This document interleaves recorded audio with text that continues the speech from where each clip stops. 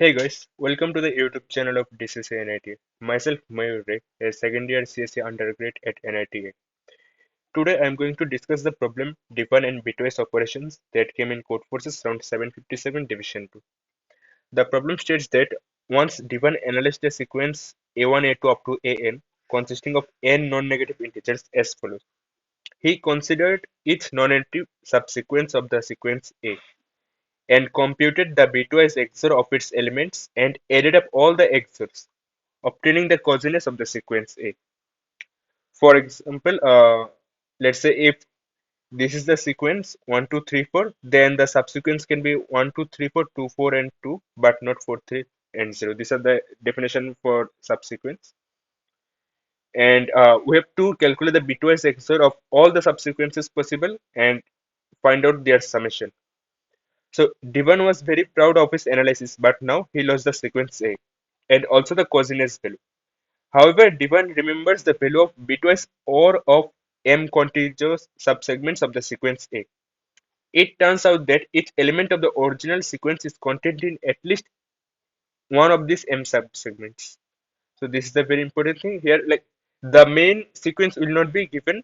Instead, the bitwise OR of some subsegments will be given, and it is also guaranteed that all the elements of the original array will be present in at least one of the segments. Divan asks you to help find the cosiness of the sequence A using the information he remembers. If several cosiness values are possible, print any. And also, as the result can be very large, print the value modulo 10 to the power 9 plus 7.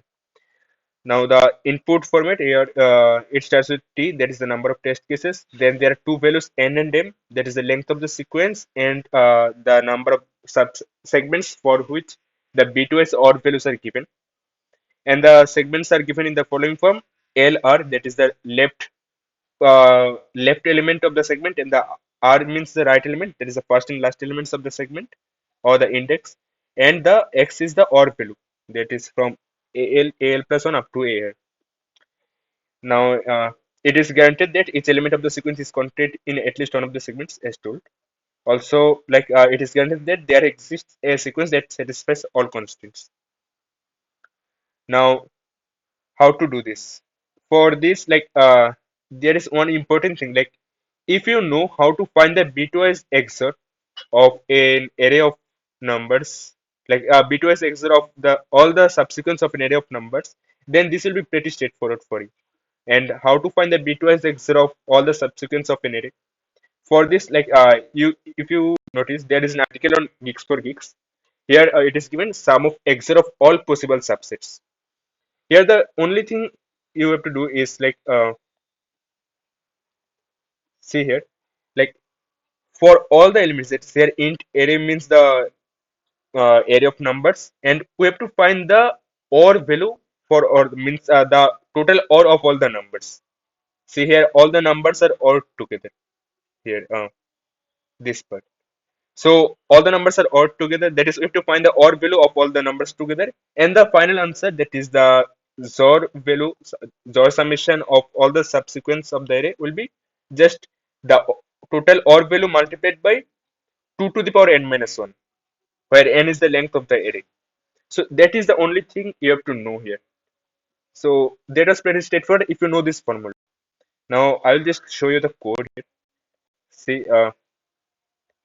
if you just see the code here, see first of all, I have taken the input n and m, and I have initialized total OR as 0, and then while I'm iterating through m segments, I am just doing the total OR together. Now, why I am doing this? Like, if you have an array, if you have an array like this, where there are n elements, and say like the given subsegments in the question are in the form, let's say this is one segment, this is one segment, or let's say this, then this is one segment, this is one segment, and this is one segment. Now, the article in the Geek Geek stated that we have to find the OR value of all the elements, that is the OR value of all the elements. Now, the total OR, that is the total OR, is also equal to the OR of all the subsegments set, or of all these subsegments set. I guess you can yeah, you have guessed it. Like if you do the OR values of all the subsegments of all the segments, then we can find the total or of all the elements. So that was what I am doing here. I've done the total or of all the segments. See here, total or it is done means it is odd with x, and at last I am just doing what total or multiplied by power of 2 to the 2 and n minus 1. Also, as it is mentioned in the question that the number can be very large, we have to take modulo. So I am doing here modular exponentiation. So here, this is the code for modular exponentiation. And if you don't know it, like you can also refer to the Export Geeks article for this. Just take a look at this. There is modular exponentiation. Here you can see their code. See here, like there is a whole code. You can just use it. So that was pretty much for it. Like first of all, you have to do the total, find the total OR value of all the numbers by doing the OR of all the segments, and then we'll just multiply it with 2 to the power n minus 1, where n is the length of the array. But this is using formula. What if we don't know the formula? Like I also didn't knew the formula during the contest. So what to do at that time? So for that we have to have certain observations that we can see from the examples. Now let's take a look at the example.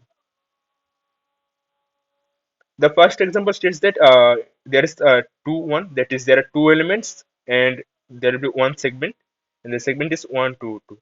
So I'm just writing it here below. It is stated that there are two elements. Let's say the two are these two numbers A B, these two numbers, and there will be one segment which is 1 2, that is 1 to 2, and the value of x is what was given 2. So it is L, it is R, and it is X. So for now, the first step while doing any questions regarding bitwise operations, that is that we have to do it in binary form, and also we have to check bit by bit. So I am also doing here in the same way. I will just consider A in the form of binary form, where I will just consider 4 bits up for now because the numbers are small. So I'll just consider 4 bits for now. Now there for 1 to 2, that is the OR value of these numbers. 1 to 2 means the first number as well as the second number. The OR value of these numbers is given as 2, and 2 in binary form is 0. Now here see that I'm just writing here below. Since this is 0, so we are sure that they should be 0 also, because if any of them had been 1, then the OR value would have been 1 also. So I'm sure that both of them must be 0, right? And now this is 1. This is 1 means what are the possibilities? Like they can be either 1 0 or 0 1 or 1 1. It can be possible that it means any of them is possible, any of the sequence is possible, and the rest are also zeros.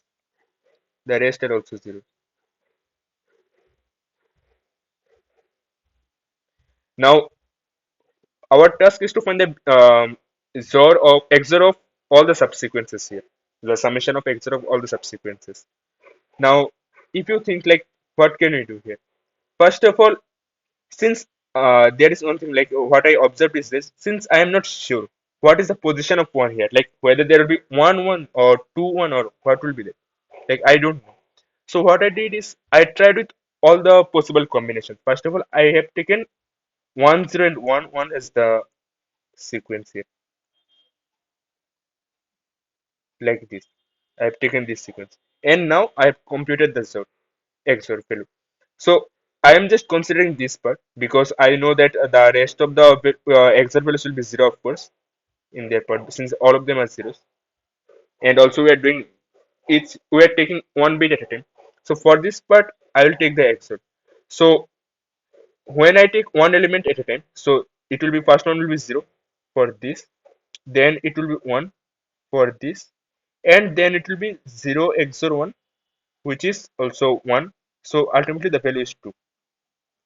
And now if I think it for the other case, like what if I have taken both of them as 1? What if I've taken both of them also? Now, in that case, if you think like for the first number, that is this, if I take it, it will be 1 only. Then if I take the second number, it will be again 1. Now, if I take two numbers now together, then it will be 1 XOR 1, which is, of course, 0. So it is 1 plus 1 plus 0, it is again 2, right? So what we are seeing is that the same result is coming in both of the cases, irrespective of the number of ones, irrespective of the count of one. So it doesn't matter whether there is 1 1 or 2 1. Now, still I am not sure whether this will work or not, or it will be just a specific case. So I'll take some more example here from the examples only. Here I will take the next example. Let's say this one, 3 2 1 3 5 2 3 5. So the example is 3 2 1 3 5 2 3 5, right? So there will be three numbers. Let's take them A, B, C. These are the three numbers, and I am writing in bitwise form, like in the binary form. And now it is given that the OR value of 1 to 3, the OR value of 1 to 3 is 5. That is, take if I take all the numbers together, that is A or B or C, it is 5. And 5 in binary form is 101. Now, if I write it below here, 101, 101. So from here, since this value is 0, and also this is also 0 since it is not mentioned, so I'm sure that all of them will be 0, right? All of them will be 0. And now this mentioned as 1, this is also mentioned into 1. So again, there will be 8, total 7 cases. So either it will be like this 0 0 1, or there can be like 0 1 0, or there can be like 1 0 0, or anything like, there can be 1 1 or 2 1 like that, or there can be even three ones. Like ultimately, the OR value of all of them will be 1, right? So for this case also, let's say here, right, I'm writing 1 0 1. So it can be any in this form. Now again, going to the next one, 2 3 5.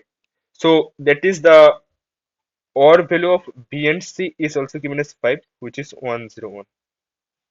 So it is also pretty much same. So again, like these two will have one at least, or two ones, anything.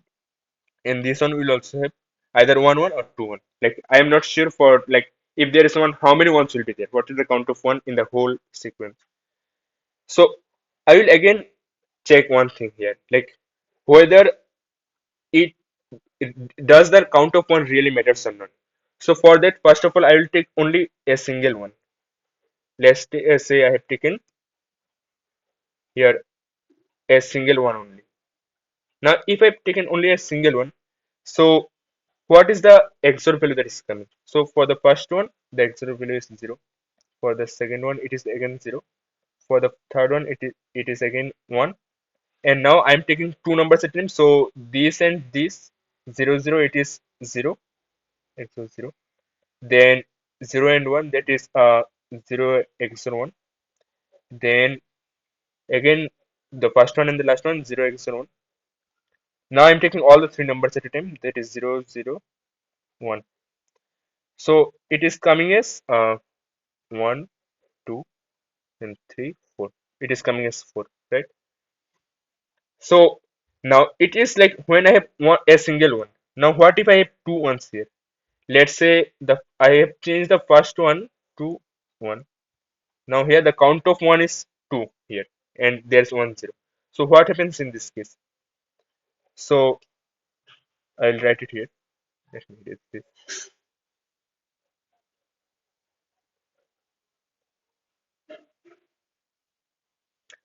Now if I take the XOR value, first of all, one number at a time. So first of all, only a single one, then 0, then 1. Then I'm taking two numbers, so 1 XOR 0, then 0 XOR 1, then 1 XOR 1. And lastly, three numbers at a time. So 1 XOR 0, XOR 1. So this is formed all the possible subsequences. for this bit. Now if I add them together, it is again 1, 2, 1, 2, 3, 4, and rest these are all these are all zeros. So again it is coming as 4. Now what if I take all of them as 1? What I taken all of them as 1?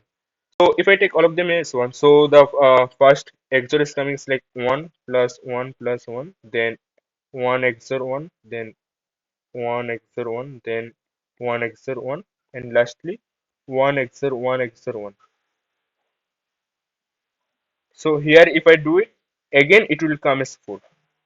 So we what do we observe from here? We observe that like if there is one single one or all of them are ones, the summation, that is the sum of all the possible subsequences, the sum of XOR of all the possible subsequences will always be the same.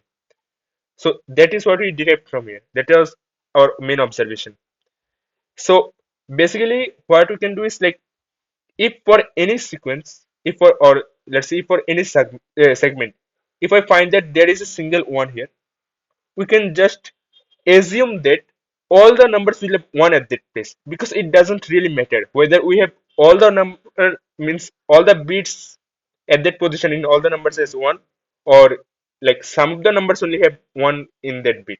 It doesn't really matter. So what I'll do is like if I find a single one, like that is if I in area of the segment, if I see that there is a one, so what I'll do is I'll just consider that all the numbers have one in that particular position. So again, since here is there is one, there is one in the segment value, so I'll just consider all of them to be one. That will help me like in just doing my approach. So that was the thing, like I have made all of them as one. Now let's say I'll just take a bigger number. Let's say there are now four numbers, a b c d. Now let's say these are the numbers.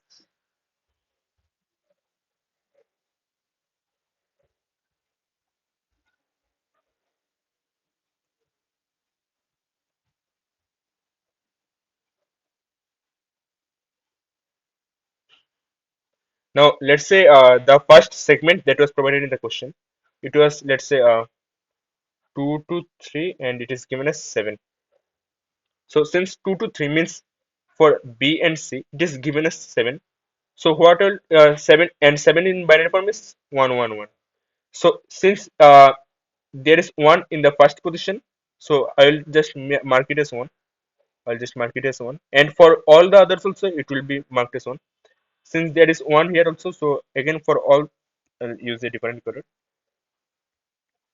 1 1 1 1, then 1 1 1 1, and since again in the third position also it is 1, so just I will do it. And then let's say in another segment, let's say it's given that for 2 to 4 it is given let's say 16, or let's say 17.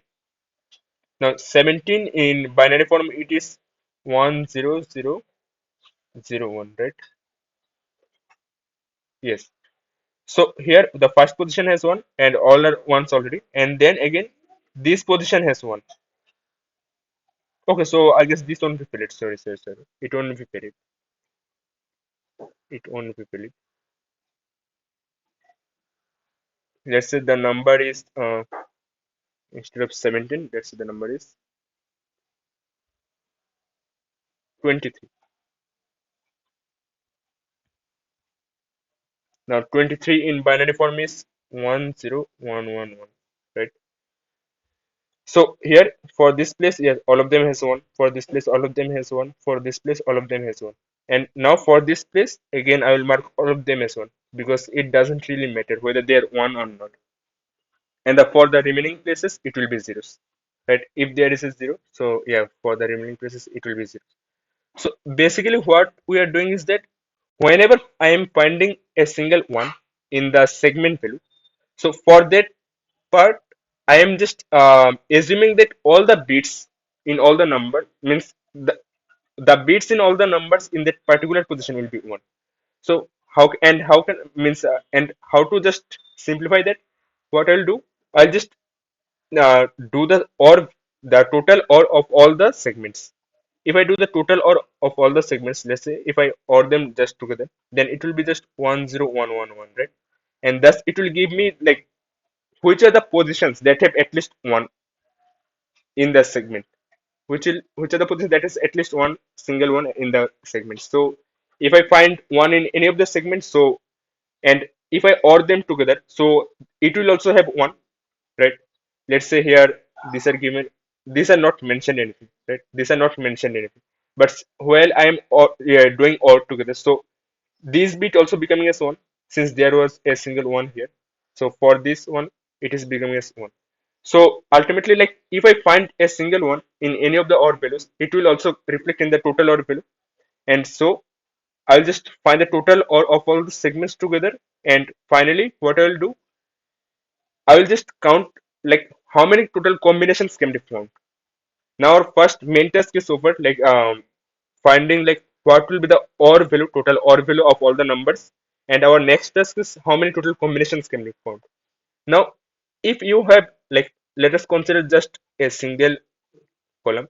Let's say I'm considering this column. Now, if you have four ones, now in which cases the XOR value will give me something. Whenever we take odd number of ones, it will give me a value, right? Because let's say if I take just only a single one, it will give me one. But if we take two ones at a time, it will give me zero because one XOR one is zero. Again, if I take three ones together, one XOR one XOR one, it will give me one. But if I take four ones together, then their XOR value will also be zero. So from this, we can say that like uh, we have to take odd number of ones at its step. Like every time we have to take odd number of ones. And what are the total number of combinations in which we can take odd number of ones? So it can be represented in the form like if there are n elements, then we can write nc1. That is, we'll take one number at a time. Then again nc3.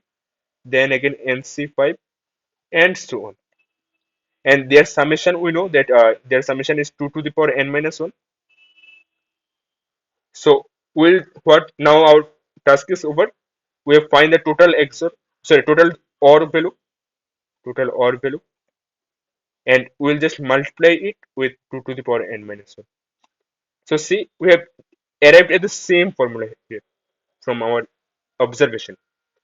So that was the thing. Like here we did the same thing, total OR, and then we have just multiplied it with the power. So that's it for this. I hope you have understood. In case you have any doubts, you can ask it in the comment section. I will also post the links in the description box so you can check them from there. Thank you.